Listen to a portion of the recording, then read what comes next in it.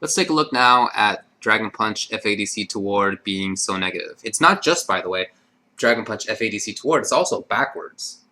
Right? It is affecting That's backwards? what I've read. Okay. I'm not 100% sure because... That's in the beta, I remember testing out whether I could punish things worse than I could before on DP fadc backdash, and I could. Okay. Again, ITB. I keep having to say this because... In the beta. Yeah, because I don't know. But that's what I've read, and that's how it was in the beta, so we'll see that. Anyway, the point is that Dragon Punch and then trying to make yourself safer with fadc is not as good as it was before. It was, in fact, the case that some characters could punish Dragon Punch fadc toward already. It was just pretty rare. And more characters could punish DP fadc back, but again, it was not common, even as like a theoretical. But as a practical matter, it was very rare that you saw it. Well, we'll see now. I guess we'll take a look at Bonchan on the left against Daigo playing Sagat. Yeah, that's right. This was the first game in a first 5 that they played. It was actually really interesting. I recommend everybody go check it out. Bonchan played a bunch of characters like Ryu and like Elena and Yun and Sagat ultimately, and I think I'm forgetting somebody else. And Daigo used Sagat, Hugo, Ryu ultimately. I'm forgetting somebody else in there too. But it was really cool. They played a bunch of characters. It was fun. Anyway, I want to look at this from Sagat's perspective. Usually when Sagat is in this kind of situation, the threat, one of the major threats, is his huge range on Dragon Punch and Kara Dragon Punch fadc. And so as the Ryu, you don't want to play too loose for fear of that. Because if you get hit by it, it's going to be your butt. He's going to combo into Ultra, and even if you block it, it's like, oh well, he's at -1 or 2 or something, and you can't punish him. So it's something you really have to watch out for. But in this game, it's not really the case.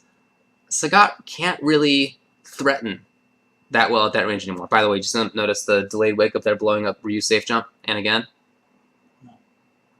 So all the DPs that Daigo gets are gonna have to just be Ume Shoryu's straight up. He's not gonna be able to make himself safe in most situations anymore.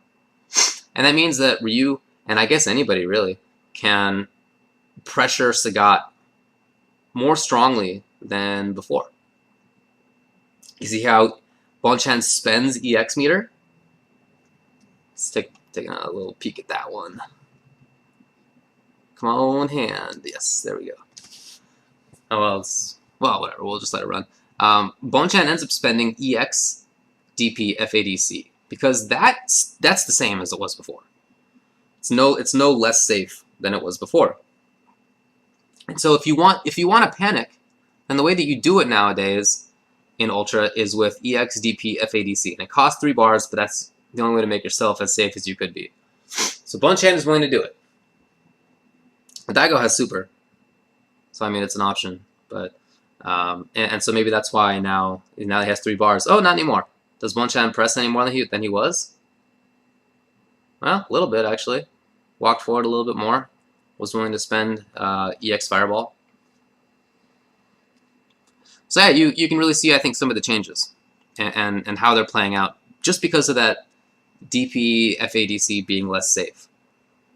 It allowed Ryu to press more. It was bad for Sagat when Sagat was playing defensively. All right, let's kill this one. Oh, Hugo, no! He plays Hugo and basically gets lit up. So it's fun though. No. Oh, I'm sorry. You know what? Rather than this one, I'm sorry. I meant to go back to USF4 Cube 2006, number 3. This time we're gonna go to 13 minutes. It's actually still gonna be the Vega player, but he's gonna be against Sagat. Excellent. And that's Kim down there, right? That is Kim. On the left over there, Ohio. Kim 1, 2, 3, 4. That's right. California player who went over to Japan some years ago. He's been there for quite a while. So I'm looking at this because this is going to be a more offensive Sagat. And if you're wondering why I picked Sagat both times, I mean, no great reason. Just I happened to be watching videos and he was in a couple of them, and that was it. But so normally when Sagat is in a pressure situation, that is to say when he's pressuring you, he can do frame traps. And his frame traps aren't the best because they're basically just crouching strong, crouching jab, and crouching short into whatever. But he can do it with, if he has 2 bars in previous games, he can also do it with Dragon Punch fadc. And that meant that you had to pay attention to Sagat's counter hit game from way further away than if he was just pressing normals. And so playing against Sagat, if he had 2 bars and was feeling frisky, was kind of risky from a farther range than it otherwise would be. And that's what I'm trying to pay attention to in this match. When Sagat plays offense, because he has been, as you've been seeing, I'm trying to see if I'm the Vega player, am I willing to tech more often? Am I willing to start pressing buttons more often from ranges that are a little bit farther away? Yeah. Red focus, FAD, or RFC, that's going to take some time getting used to. And the Vega player does do that stuff. Like he is not as worried, it seems. And I don't know the guy, and I don't know how he plays normally, but he doesn't seem to be as worried at the ranges that I would expect him to be worried about Dragon Punch FADC in kind of a counter hit way, as I would think that he would be in AE 2012 in previous versions of the game. So playing offense for Sagat's a little bit tougher as a result. Yeah, RF ADC maybe just RFC. Well, because it's not a dash cancel. That's true. It's not a dash cancel. It's a good point. So you can't say DC. That's true. EXRFA. It's just RFC, right? Red focus RFC, cancel. Yeah, you're right. Anyway, I'm just keep an eye on all these neutral situations where Sagat could be spending 2 meters like there, right? Like in previous times that would have been a threat. You're worried after that if you're the Vega player, but now you don't really have to be. Right. It's less that you're not seeing it getting, you're seeing it getting punished. It's more that he's not doing it. He's not doing it. Yeah, we haven't seen him do an uppercut FADC yet. Right. Even though he's had 2 bars, I guess with 3 bars that's still possible. Although as a counter hit setup, spending 3 bars might not be that great. So yeah, that's different, right? All that, yeah, that's fine. That's it. That Vega player, like I said before, continues on and does some cool stuff. I recommend checking it out. So that's it. Yeah, I have one more video, but it's not really related. It's just a cool video that I like to watch, and it'll cap off the night. But before then, just as a recap, so red focus cancel allows some characters to be more dangerous at different ranges than they can be in previous versions of the game, and that's great for some of them. For Gief, it really makes him more dangerous in the footsie game. And like I said, as a Gief player, I usually have a lot of meter because I'm not spending it very often. So to spend 4 bars on a red focus combo is totally doable. I think the same kind of thing for a character like Vega, character like Dudley, builds meter quickly. I really think that's going to be good. Excuse me. Like I said before, I definitely have cat allergies, and they are coming into play tonight. Usually they don't, but sometimes they do. Delayed wake up, it hurts some setups, but it doesn't blow up all pressure. It just changes the pressure game. It's no longer quite as guaranteed as it was before, but I still feel like the advantage is on the attacker's side, just not as much. The defender can play some additional games, but those are to some degree limited by the fact that now Dragon Punch FADC is -5. So in the situation we were talking about before, where Mago correctly stood up at normal, non-delayed wake-up timing, we're going to have some term for that. Vanilla wake yeah, up. But yeah, I know. Yeah. Well, he correctly did that, he could have then done Dragon Punch FADC against Seth's pressure, but he would have been unsafe in doing so. So even though he has this extra option, another one of his options is not exactly removed because you can still bet on it, but it's not as good as it was before. And at the same time, I think delayed wake up makes it so that soft knockdowns and resets might be better than hard knockdowns. We already see some evidence for that in for example, Juso Sakura's play. And there are other setups that people can invent and have invented already for some characters that allow them to deal with both timings, with both regular getup and delayed getup, as the Ibuki player showed us. And I'm really interested to see whether the same kind of thing is also around for other characters who can change their jump arcs. And the DP FADC being at -5 thing, I think has a couple of, a few, I should say, impacts. There are going to be fewer times where people spend 2 bars FADC to just kind of get out of a situation. So in that respect, as the attacker, you'll be able to press more, not expecting your opponent's Dragon Punch FADC. On the other side, though, as the attacker, as the Sagat showed us, some of your options might not be as good as they were before. Maybe your counter hit game depended on Dragon Punch FADC. For a couple characters, it did. Sagat was one of them. I think Seth is another one of them. And so that's now worse. So the offense is worse too, even though the defense is also worse. So there's kind of a back and forth as a result of the change. Earlier today on Twitter, Kim1234, the guy who was in the video, he tweeted that he thinks that USF4 seems like a slower game than it was before. And he mentioned delayed wake up as being one of the reasons for it. He also mentioned specific character buffs as being a reason for it. He said it seems like Fireball characters got buffed more than others, and that some of the characters who got nerfed were kind of fast kill sorts of characters. Cammy, for example, right? Not as good anymore. And so ending a round in 2 combos might not be as doable for her. On the other side, I mean, Viper's ridiculous now. You seen these Viper combos? Viper combo videos? It's pretty nuts. So I don't know that it's the case that because some characters who played a lot of offense got nerfed, that the game's offense overall is nerfed. I feel like it'll be different characters doing that stuff, and maybe that'll take some time to come in.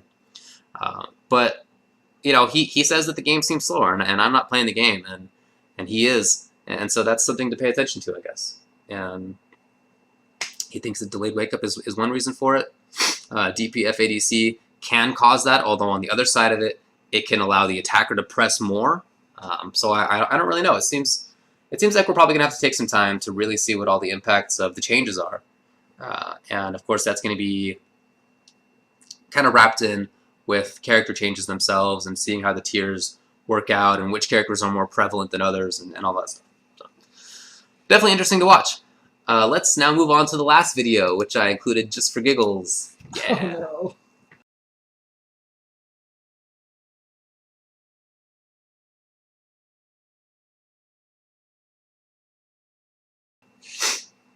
This is Mochi. Dhalsim. Against a Hugo player.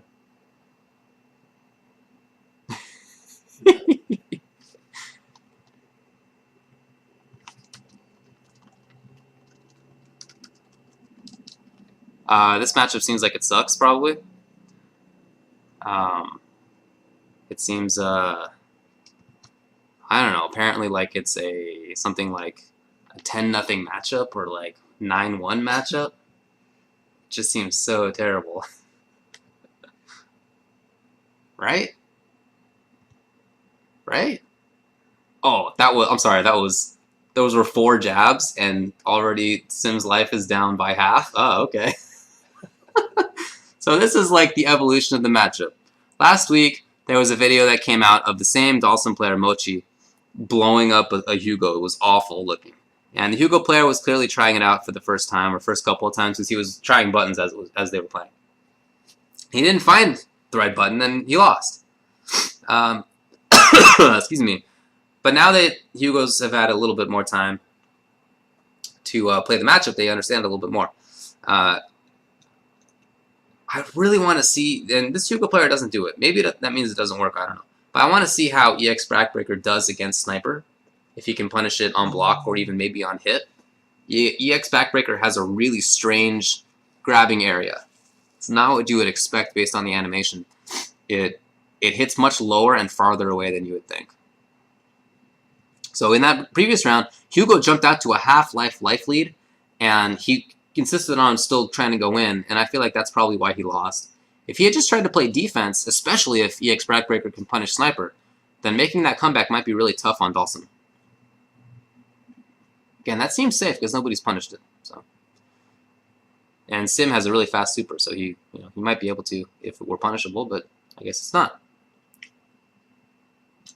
Well, the matchup for the Hugo perspective is all about a couple of things, I guess. One is really counter poking, and the other is building up super meter, as you're going to see pretty soon. It's super ridiculous. See how his buttons are like actually pretty good at dealing with stuff? Oh, that was from full screen. Wait, but he's crouching. He must. No, we'll go back. We'll go back. The super actually forces him to crouch. Are you serious? Yeah.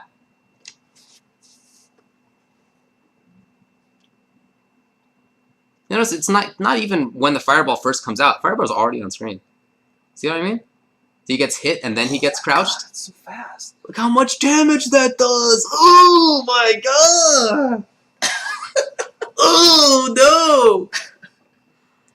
As a grappler player, but also a sim player, that makes me like pretty scared as a sim player. And again, and I don't know this, but if Backbreaker punishes Sniper at least on block, or maybe if Ultra 2 does, then a Hugo who has a life lead and a super and is just crouching is like an unwinnable matchup for Dhalsim. It's like checkmate.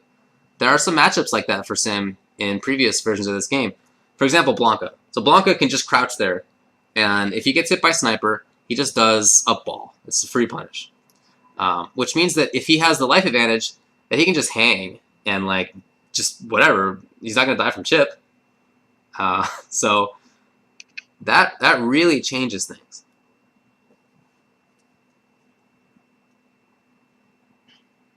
Yeah, Hugo. Now he's got to make a comeback, which is probably not going to work out, you know. I kind of don't know why he doesn't always do EX Lariat, but maybe it's just to save for super.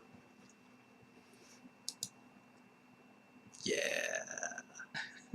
Yeah. Oh, man, that made me, like I said, really happy from a Hugo perspective, pretty sad from a Dhalsim perspective. Because even if Sim had done Yoga Fire fadc backwards, he's not safe. You see how far and fast that super ran? That dude wasn't stopping. He was just going. So, the thing about Hugo Super, seen it a bunch of times now, is that it has 3 different varieties, as some supers do. There's the anti-projectile, anti-hit, anti-grab. You just have to know the right one. And the other thing is that if the opponent has a very slow fireball, for example, Jury ground fireball, it can actually start hitting the opponent and then get tagged by the fireball, because Hugo's body is wide enough that he's still like inside the fireball when the projectile invincibility runs out. So it does have those downsides. Dude, you know what I thought was really weird? When Jury throws the medium fireball, it goes behind Hugo's head while he's crouching. But it's still there. Like, he can crouch under it, but they didn't draw the fireball in front of Hugo. They drew Hugo in front of the fireball, so it looks like the fireball goes away, and then it like comes out from the back of his head. Whoa, I didn't notice that. It's really weird. Yeah, I saw a match, and I was just like, that's so bizarre. That's crazy. Yeah. But in any case. Yeah, my man Hugo. We still haven't seen any footage of Japanese players using Stand Fierce as anti-air, huh? I have not. And we've seen weird stuff now, like apparently EX Lariat armor cancel into EX Backbreaker, which is, it worked, and it looked very useful. It was just strange. Why didn't you just do Stand Fierce? That's why I keep saying ITB in the beta, because for all I know, it just doesn't work as an anti-air. It seems like, and same thing with down medium kick, the move that goes through fireballs. Except Dogtanian, who works for Capcom, he actually tested whether Sim can throw out a fireball and then stand medium kick, and how Hugo's down medium kick deals with that. And he said actually down medium kick goes through the fireball while also hitting the Dhalsim limb. Nice. And of course it's punishable on whiff, so like Sim can hang out and then punish the recovery, but it's an option. Right. And it also means that down medium kick still goes through fireballs. Right. There was a tier list, not really a tier list, but like a quick impression of the characters so far, who's strong and who's weak. That came out, and Event Hubs posted it from some Japanese player. And Hugo was in very weak category. So we'll see whether that pans out or whether people are just not playing him right or what. That super looks pretty ridiculous. Dude. Like, there is no zoning Hugo once he gets that. Ugh. So, anyway, I guess that's it for tonight. Yeah? Alright. Join us for the Tuesday show tomorrow night at 8:30 p.m. Pacific time. As per usual. We'll talk about various and sundry interesting items. Okay, see you then.